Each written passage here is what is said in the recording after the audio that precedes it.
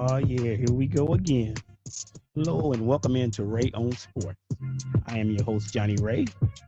In this podcast, we talk all things sports from my own opinion. You may agree or you may disagree, but all I do is ask that you listen. So come on in, buckle up, and let's take this ride. Hello, and welcome in once again, to Ray on Sports. I am your host, Johnny Ray, coming to you live again from the KJ Ray Studios in Lancaster, California. You see my sign behind me says, "Behold the beauty of," behind me says, "Behold the beauty of our Lord." So coming to you live, and just to let you know, that's me.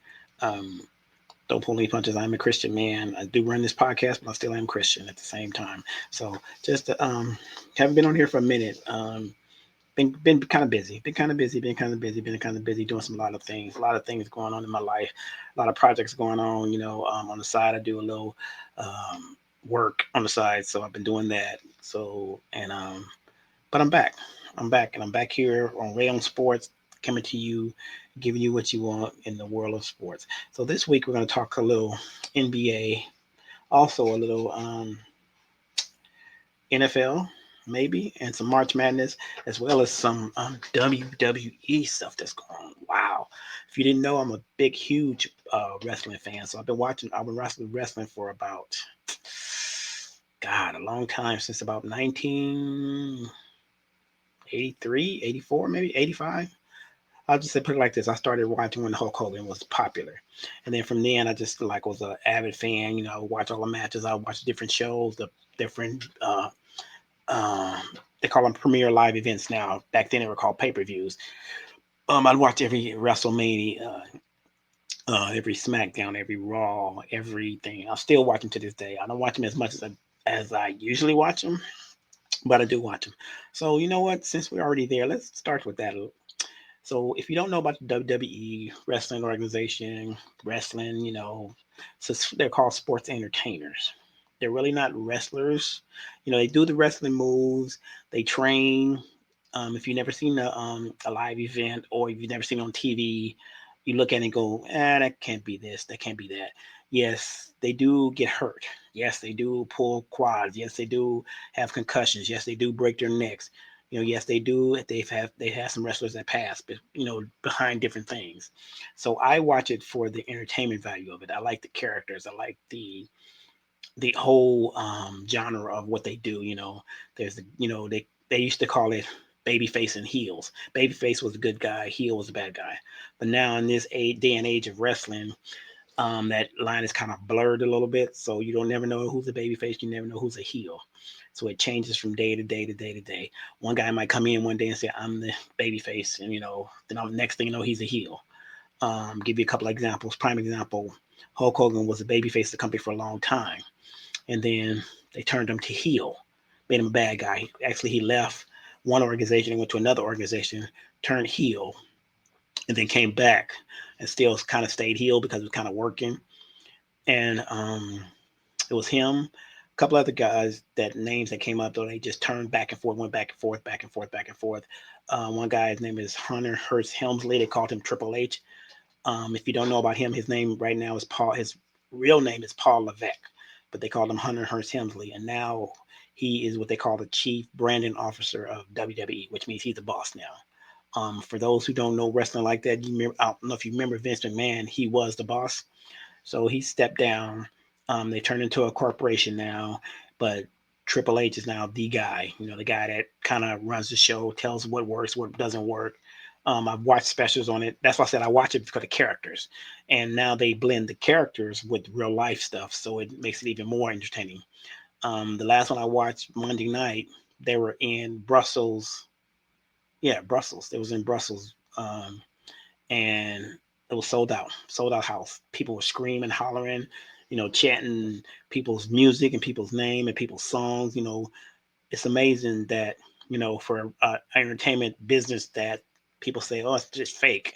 How much they pull in. I mean, they sell out everywhere they go. They're worldwide now. They used to be just United States, now they're worldwide. They go to Mexico, they go to Saudi Arabia, they go in different places. So it's just amazing how far they've come from just being, the Hulk Hogan's and the Randy Macho Man Savages of the world to now the worldwide phenomenon that it is now, the WWE. And there are other wrestling organizations that, come out and try to challenge them. Like back in the day when I used to watch it, there was a company called WCW, which is World Championship Wrestling. And I don't know if you look up Monday Night Wars, and it'll give you an idea of what I'm talking about. They had this thing where they were going back and forth against each other on Monday night. And the thing about it, when it first started, see that I told you I'm a big wrestling fan. So that when it first started, WWE, which back then was called WWF, and then they changed their name for some legal reasons. I'll just put it like that. You can look up that too, but they said that. Um, what did they do? They changed. They had a. I'm sorry. Let me go. Let me get back. They had a war with WCW, and WCW would tell people, "Watch us live. We're always live." WWE is recorded and taped. So if you want to know the outcome, I'll tell you who's going to win the match and stuff like that. So they would go back and forth. So for a while, WWE was this happy-go-lucky wrestling organization with these like funny characters. So when they decided that we can't compete with them because they're doing, they're making it hardcore. They're doing things outside the wrestling, box, not just wrestling. They're like making stories up, what they call, character stories. So WWE started doing that, and they what did they do? They started getting hardcore. What they call it, the Attitude Era. It was called the Attitude Era, where they started getting people in that was just like hardcore, was doing things crazy, things of that nature, and it went crazy. With the WWE, yeah, that happened, and once they did that, they were good to go. So what's going on now with the WWE is what's going on now? Got heel turn. They call, like I said before, what they call heel turns. So the face of WWE, who was John Cena, that everybody loved, everybody cared about, everybody knew about, has now turned what they call heel. He turned bad guy. Let me back up a little bit. First of all, is the Rock. Everybody knows the Rock. Dwayne Rock Johnson. He was popular in WWE. Then he went to go do movies. Then he came back. He didn't do too much wrestling, but he did a lot of appearances and talks and stuff like that. So what he technically did, he part of this company now that bought stock in WWE. So he's kind of like a boss. So they took that mantra of boss and made him call what they call the final boss. Funny, but anyway, I'm giving you a lot of information because like I said, I'm a diehard fan, but I just wanted to let you know, I cover all sports. I don't just cover NBA. I don't just cover NFL. I try to cover everything. So I do a little WWE. So maybe I'll start incorporating some of that into my podcast, and you guys can reach out to me, tell me if you like it or not.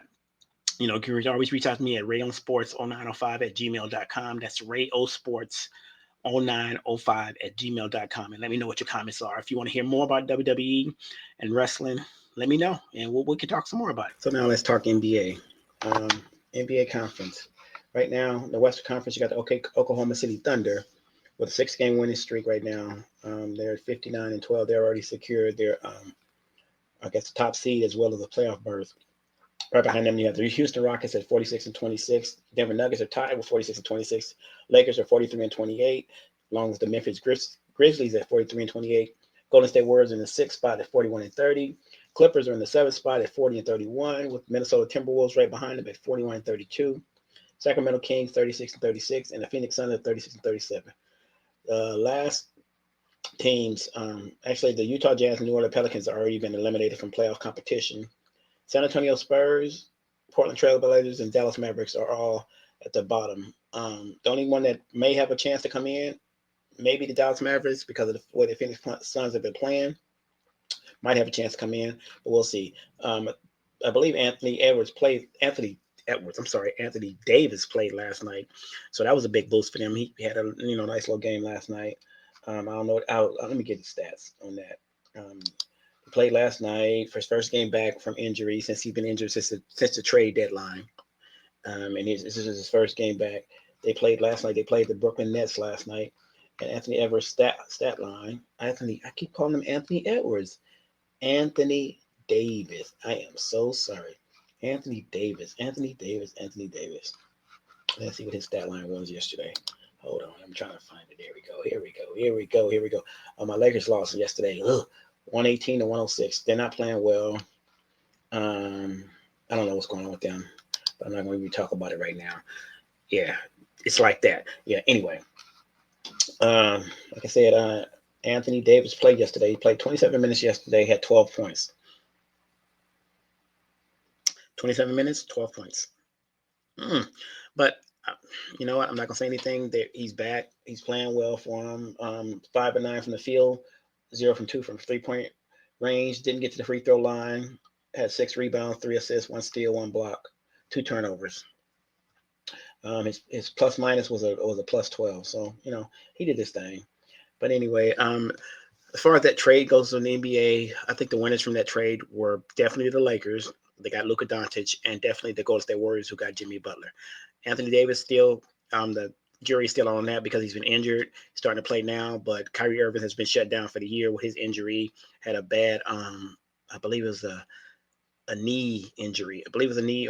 Don't quote me on that. I think it's a knee or ankle. But he's done for the season, and they were talking about shutting down Anthony Davis for the season. But I guess he's coming back to play to see what he can do, since they still have a chance to get in the play-in tournament. Like they're tied right now with Phoenix for the play-in tournament. So if they can get on a little streak and Phoenix keeps dwindling off and playing the way they're playing, might have a chance. Dallas might just sneak in there and might make some noise. Talking about my Lakers. Okay. Breathe, Johnny. Breathe, breathe, breathe, breathe, breathe, breathe, breathe. Anyway, my Lakers are currently sitting in fourth spot right now. They lost last night to the Orlando Magic, 118 to 106. They're playing okay, but now people are starting to say, is there something wrong with them? Because they played Chicago the other day, and Chicago blew them out the water. I think beat them by like 30-something points. And they're trying to understand if LeBron thing is working or it's not working, or younger teams catching up with them, because now they're. Well, I think one comment I heard after the Chicago game was, well, now young teams know how to play them. That's not necessarily true. I would say in a 7-game series, because when the playoffs come around, it's a 7-game series, or it's a five games. No, I'm sorry, they're all 7-game series. They used to be 5-game series back in the day, but now they're all 7-game series. So they're talking about how the Lakers can match up against teams in a 7-game series, like the Oklahoma City Thunder or the Houston Rockets in a 7-game series. The thing about it, and what people know, and sportscasters know all the time, is that what they understand about is, and what they have to understand is about that is that in the playoffs, it's a different beast. 7-game series, you're playing the same opponent maybe 7 times, maybe 5 times at the minimum, 4 times if you're real good, which will be a sweep. You got to understand, when you play in a 7-game series, then that's when you really find out how the team is. So if you lose the first game, you make adjustments. You say, okay, what happened? What worked? What didn't work? Or like in the Lakers case, or in any team's case, if you play a team in the Western Conference, you play them at least 3 or 4 times a year. So in those 3 or 4 times you play them per year, you learn every game you play. So if you play them once, you're going to end up playing them again, and so you learn from your tendencies. When you play a different conference like the Eastern Conference, the team you play, you play them once. That's the first time you've seen them. Then you turn around and probably play them twice. But once is usually in their building and one's in your building, because they try to make it even for everybody. So with that, in that case, when they played Chicago, I saw that coming, and I told a lot of people that. I got a lot of texts about the game, about how the Lakers looked at and how bad they lost and stuff. But it was LeBron's first game back. It was Rui Hachimura's first game back from injury. And usually that first game back, if you play in an athletic team like the Chicago Bulls, and you're just coming back from injury and you're just trying to get your win back, it takes a minute. Now I have some people that tell me I don't care. They're billionaires and millionaires, whatever. They get paid to play, so it's just like going to work. You got to put your best foot forward. Yeah, but same thing. If when you go to work, you have good days and you have bad days. Sometimes you go to work and you have a good day, you have a great day, everything goes well.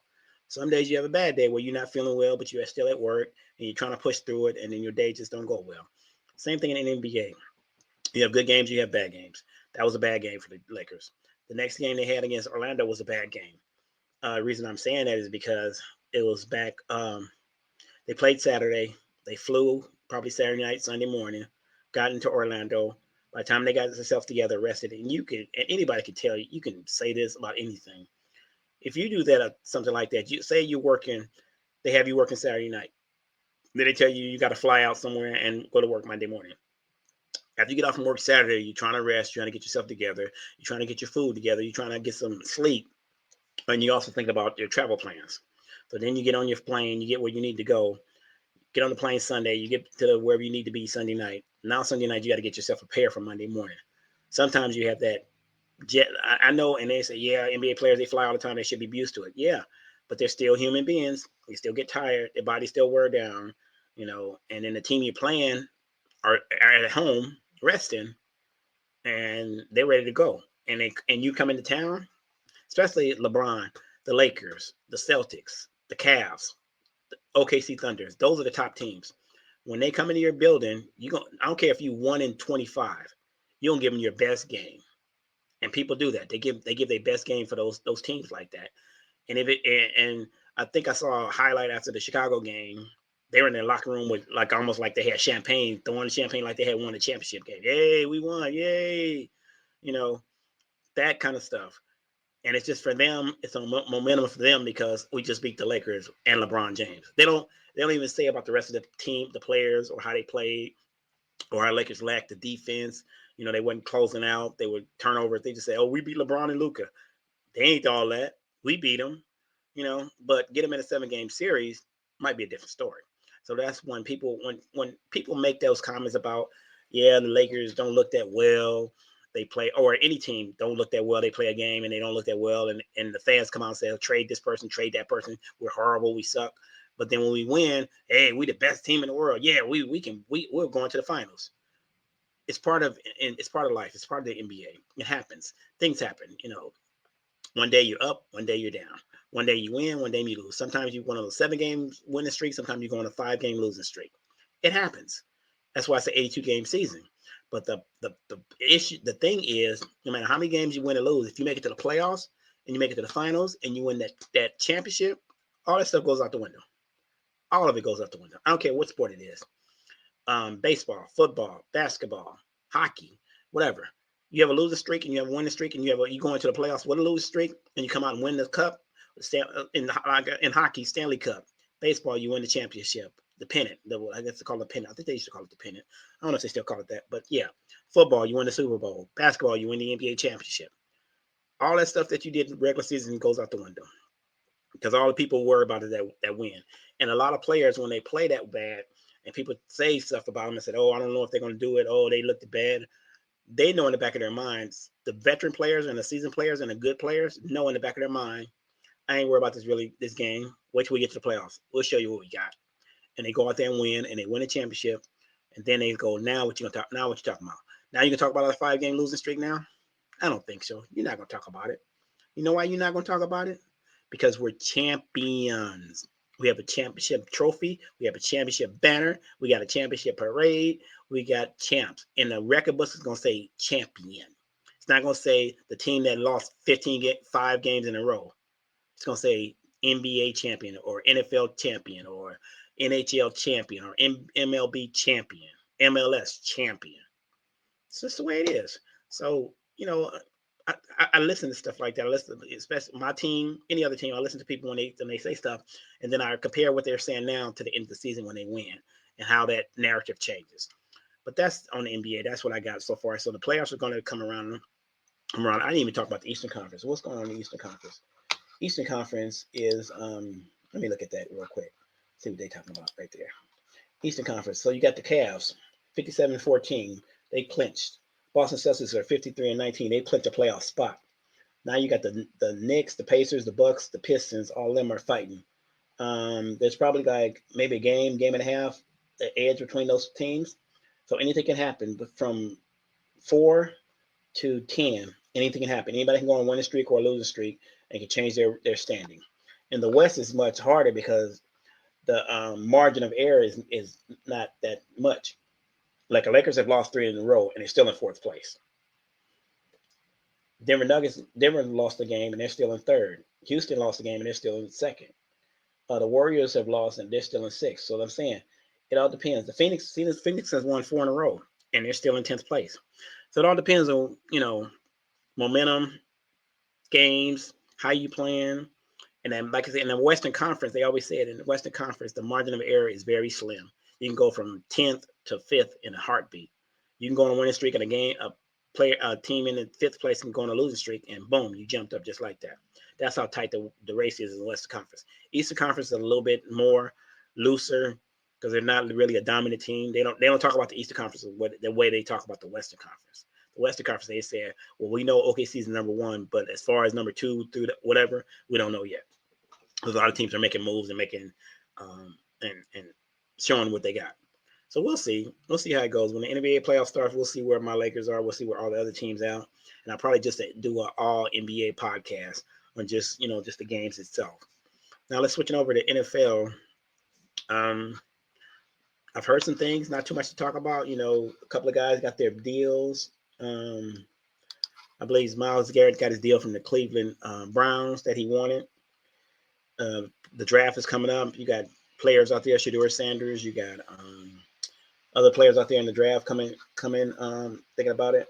You got Cam Ward, this quarterback out of college that they're now saying that the Titans are looking to get Cam Ward.